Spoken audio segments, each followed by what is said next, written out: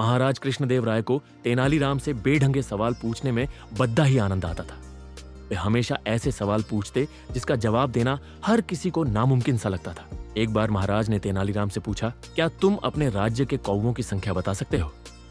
तेनालीराम ने कहा, जी महाराज, बिल्कुल बता सकता हूँ। कौवों की बिल्कुल सही संख्या बतानी है, ये नहीं कि अंदाजा लगाकर कुछ भी बता दो। जी महाराज, मैं कौवों की बिल्कुल सही संख्या ही बताऊंगा।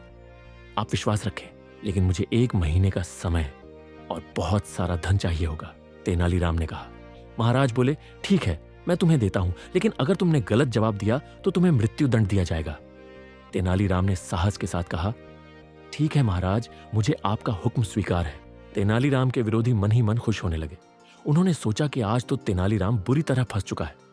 भला कौवों की गिनती कैसे की जा सकती है? 1 महीने बाद तेनालीराम दरबार में पहुंचे और राजा से कहा, महाराज, हमारे राज्य में 1,20,550 कौवे हैं।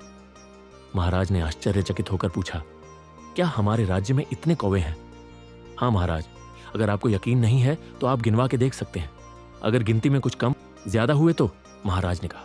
तेनालीराम बोले, ऐसा हो ही नहीं सकता। अगर ऐसा हुआ भी तो अवश्य ही हमारे राज्य के कुछ कौवे अपने रिश्तेदारों से मिलने दूसरे राज्य में गए होंगे, या फिर दूसरे राज्य के कुछ कौवे हमारे राज्य में अपने रिश्तेदारों में मिलने आए होंगे। इस स्थिति में तो कौवों की संख्या कम ज्यादा हो सकती है, वरना तो नहीं। तेनालीराम का उत्तर सुनकर महाराज निरुत्तर हो गए। तेनालीराम के विरोधी बेचारे हाथ मलते रह गए, क्योंकि तेनालीराम ने उनकी खुशी पर पानी जो फेर दिया था। राजा ने खुश होकर तेनालीराम को ढेर सा धन दिया